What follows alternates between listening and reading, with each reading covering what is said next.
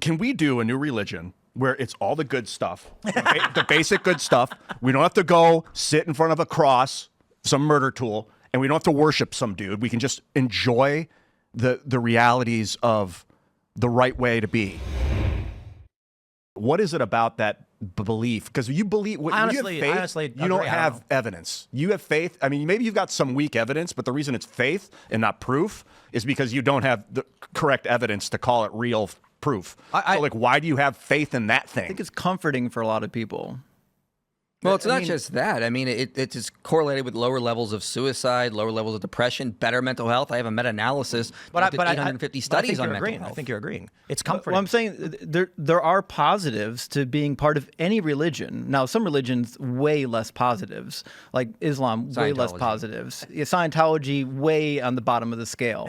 So, like, religion in general provides a lot of benefits. But we've also discovered through different studies that some of those benefits can be had through social structures. You know, just gathering in groups and having social community provides a lot of the same benefits as going to church. I agree. I absolutely agree. The problem is the current secular culture is not providing those communities the way the traditional Christian culture has, and they haven't come up with anything to replace it. Is what I'm saying. You're suggesting that theyll never be able to do it. Well, I'm not going to. Have you heard of the God of the Gaps argument? That's a future humans of the gaps argument. Just because future humans might come up, but that doesn't mean they actually will, or we have the solutions now. Right, but you're suggesting that we don't have any data at all. And we actually do have data. We've got lots of countries that used to be heavily religious that are no longer religious, and they did develop structures. So it's not like the society is going to collapse. Human beings seek structure. And when one structure fails, we find new structures, or we make new structures. And we could go back to the good structures of traditional Christianity and leave the authoritarian, secular European countries, which are, again, diminishing birth rates, higher levels of authoritarianism,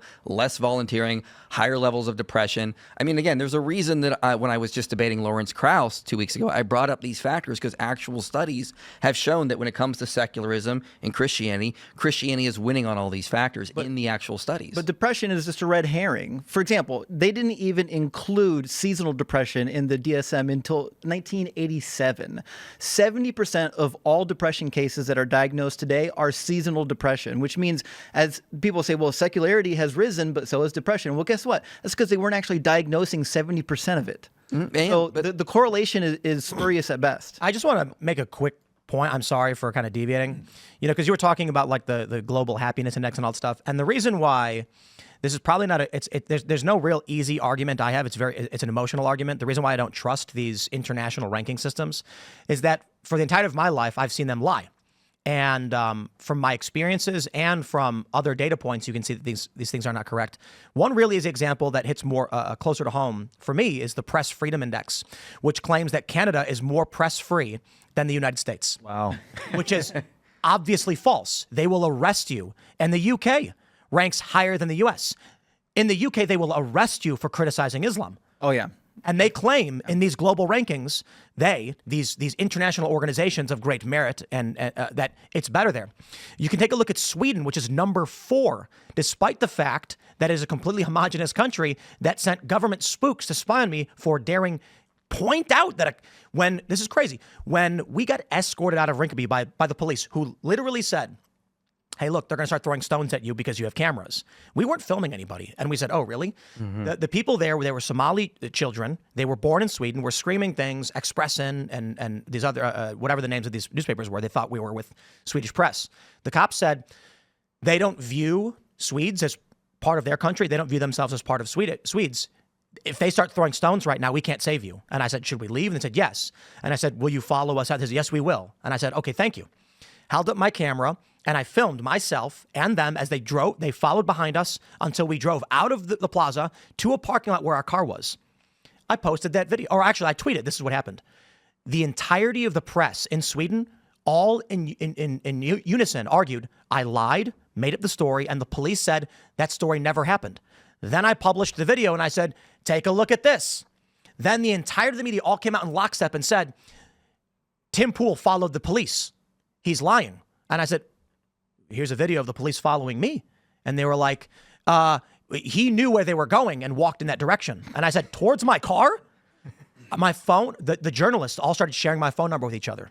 So anyway, I digress. Sweden is the 4th most free? No, it isn't. Well, apparently Greenland, who has no press, is Number up there. 3. You know, this is I agree with that, though, to be honest. if this is in 2020 or 2022, this might actually be more accurate than we realize, with the Biden regime stomping down on Twitter, controlling mass media in the United States. But it's not. We did not have a free press in 22. Except the ranking for the United States has dropped, and the reports these organizations give out is that Donald Trump is curtailing press freedoms, which he's not doing. No. He's strengthening them. Okay.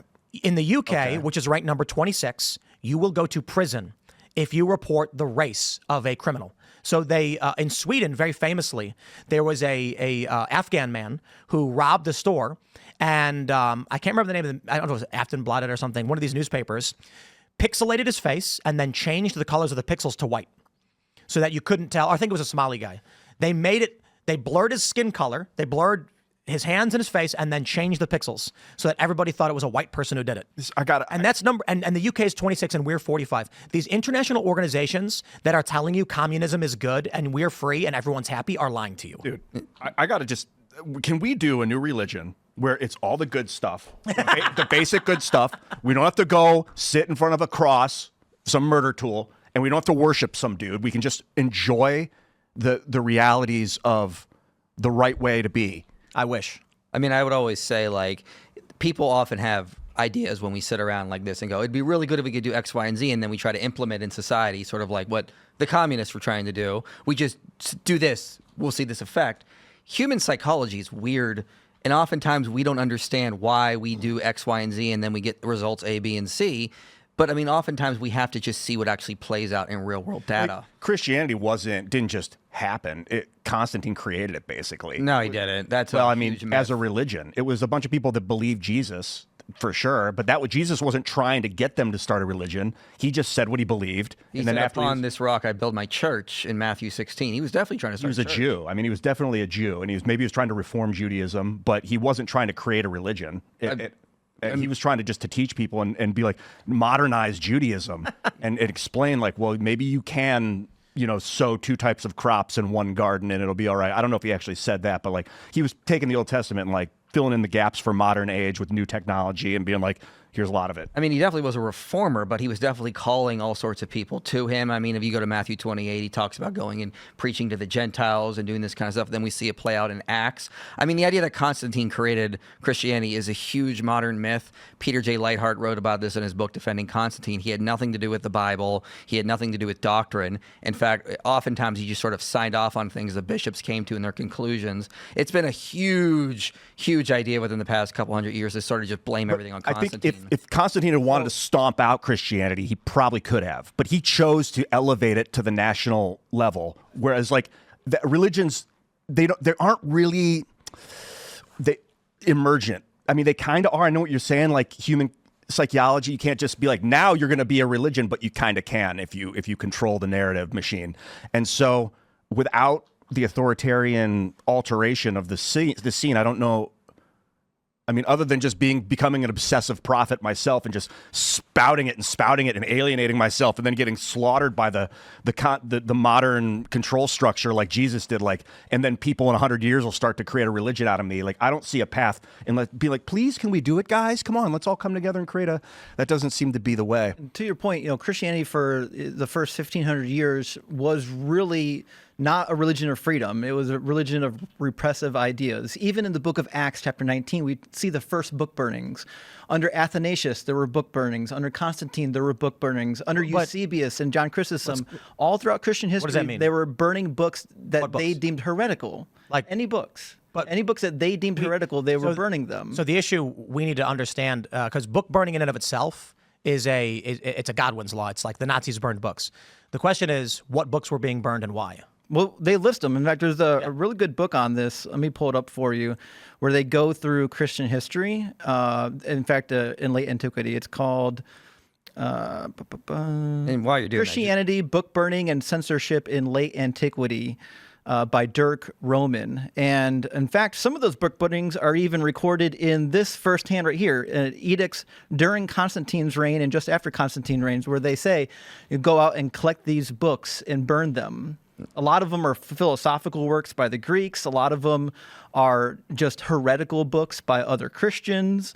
The idea of freedom of thought within Christianity is a modern concept. And why is it a modern concept now, though? I mean, it didn't just come out of nowhere. People are getting crushed by it. When a religion crushes you for 1,500 years, eventually you're like, hey, maybe we shouldn't be doing this. The same thing with Islam. If Islam continues on the path that it's going right now, eventually their own adherents will rebel against them. They can't right now because they'll get killed. That's not happening. The revivalist movements in Islam are Salafi, and they're trying to go back to what Muhammad, and they're actually more authoritarian. They're actually far worse than a lot of regular Muslim type folk are, because they're trying to go back. The question we need to ask is, yes, Christians did horrible things, but if we're going on what Tom Holland does in his book Dominion, there were definitely revivalist movements. He talks about Christianity being like a city underneath an earthquake line. What are those things called? Fault line? Fault line. Yeah. He's like, yeah, they build these structures, but then oftentimes within Christianity, revivalist movements shake things up and start things over. So he talks about this throughout his book. They did horrible things to the Cathars. Revivalists come along and they start to say, no, we need to get back to the teachings of Jesus. And you're saying 1,500 years. Actually, again, Brian Tierney, for example, in his book, The Idea of Natural Nature, notes this starts far earlier and it's moving through the medieval period. This idea of developing natural rights, freedom of religion, freedom of thought. It's coming up. It's sort of developing. And that's why Tom Holland says Christianity was like a depth charge. It took a while for that charge to go off and start spreading. People were fighting it as I was doing it, but revivalist movement, Christianity had built in this structure of revivalism. Thanks for watching this clip from the Culture War podcast. We're live every Friday, 10 a.m. to noon, so subscribe and come hang out.